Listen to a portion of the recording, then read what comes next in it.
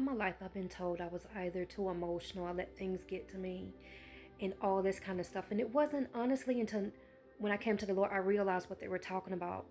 I'm the type of person, I don't care what it is, things that goes on with the world or whatever. I actually think about it. I'm passionate about a lot of things. And I realize that a lot of people don't like that.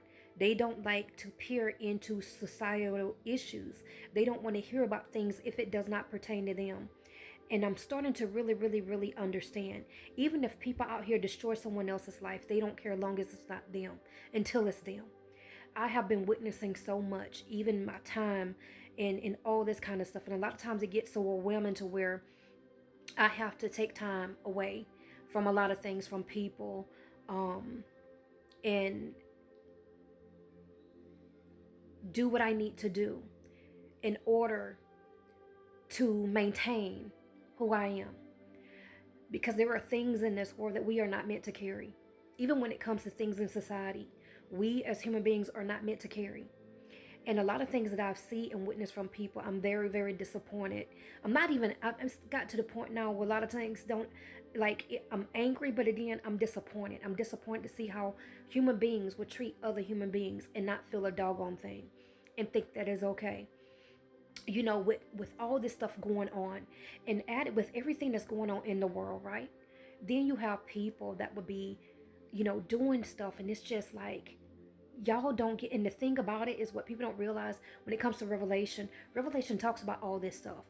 People really like doing what they're doing, like nothing's happening, nothing's going on. And I see that because people feel like they could do whatever and nothing's ever going to happen. They can try to destroy people, nothing has ever happened. They can do all this stuff to people and nothing is going to happen to them. This is, I mean, at times I felt like, I'm like, God, I feel like I'm living in a twilight zone. You know what I'm saying? I feel like I'm living in all these other alternate type things, shows I grew up watching and love. You know what I'm saying?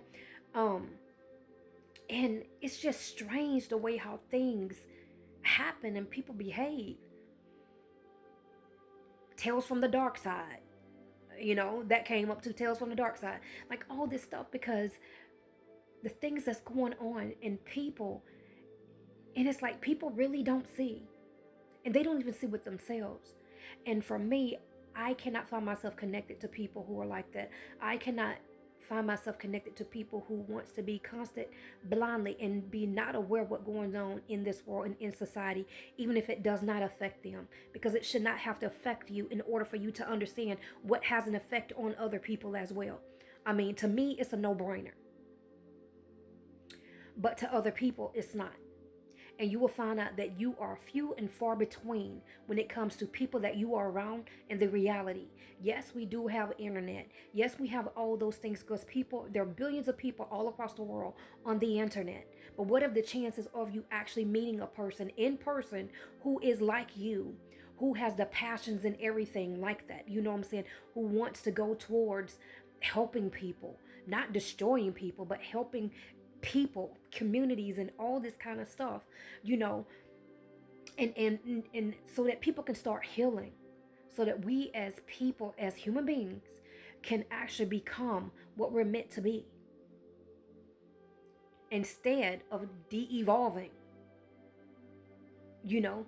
And the more I'm like in the atmosphere of things, even if I'm not, even if I don't put myself in it, I'm constantly seeing and reminded of the hearts of people. And I remember asking God, like, why can't I be like them? I mean, because it's so much easier to be evil, to be corrupted. And the people who don't know, you don't have no clue how easy it is, because anybody can be. But now I finally understand why. Because even in the midst of darkness, there has to be someone who is that even though they're not perfect, but they are a light. They are a light that shines no matter where they go. And people take notice. So you may be that light in your small town. You may be that light in another town. It may be a couple lights in that town. You get what I'm saying? But the thing is, y'all are a lot smaller than the rest. Despite what people say, there really is not that many good people, good-hearted people out here in this world. Is really not. Because a lot of people want what they want and they can care less who they destroy in the process in order to get it. Long as it fill their pockets, long as they have a roof over their head, long as they have food on the table, long as they can go on shopping sprees, they can care less if they can put their foot on your neck and on your back and on your arm. They don't care. Okay? And this is regular everyday people as well. Even family members, even people that claim they won't do this, they do that. Because all they care about is self-promotion, self-profit, anything to use you to get to another level. And it does not matter what happens to you because they don't care. This is what our world looks like.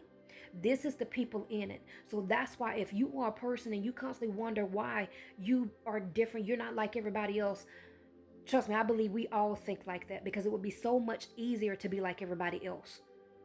And as a matter of fact, I would be a vigilante. I wouldn't be good nor evil. I would be a vigilante. So the thing is that I think a lot of us, like, why can't we? But the thing is because God made us different for a time like this, and for a reason, to be a light, to be a voice, to be a beacon, to be, all those things, to shine and to do what's right, to do what's just, and all these things, even though we are not perfect, but we are perfect for this time.